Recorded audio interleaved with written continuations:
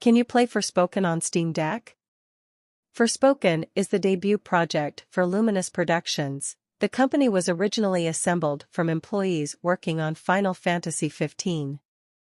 Earlier in development, the game was known under the title Project Athia. It was developed to take advantage of the graphical capabilities of the PlayStation 5 and will also release for Windows. Technologies featured in the game include ray tracing for greatly enhanced lighting effects, and procedural generation for the creation of large-scale locations. Initially set to be released on May 24, 2022, Square Enix delayed its release to October 11, 2022, and then to January 24, 2023.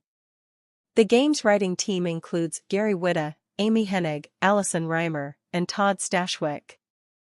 McCreary and Garry Schyman are composing music for the game.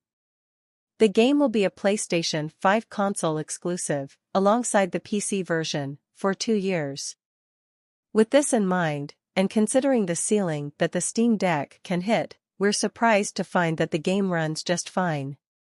While you won't be hitting 60 FPS without the help of the super sampling options, your mileage may vary depending on what you're willing to sacrifice. Of course, the Steam Deck's built-in FSR is the most hideous of the bunch. AMD's super sampling is great for getting a solid frame rate, but the low resolution, combined with an underwhelming piece of software, makes for a murky image. FSR 2.0, however, did produce a much better image, and we were able to get a comfortable 30 FPS out of this on medium settings. Throwing it down to the lowest values, though, does end up making the game look grimy more than anything. Say SS Returns, which was our favorite in the PC port of Miles Morales. Intel's super sampling software works great on the Steam Deck, offering a nice enough looking image and smooth performance at the default. What it does lack is the minutiae and finer details, looking a little choppy.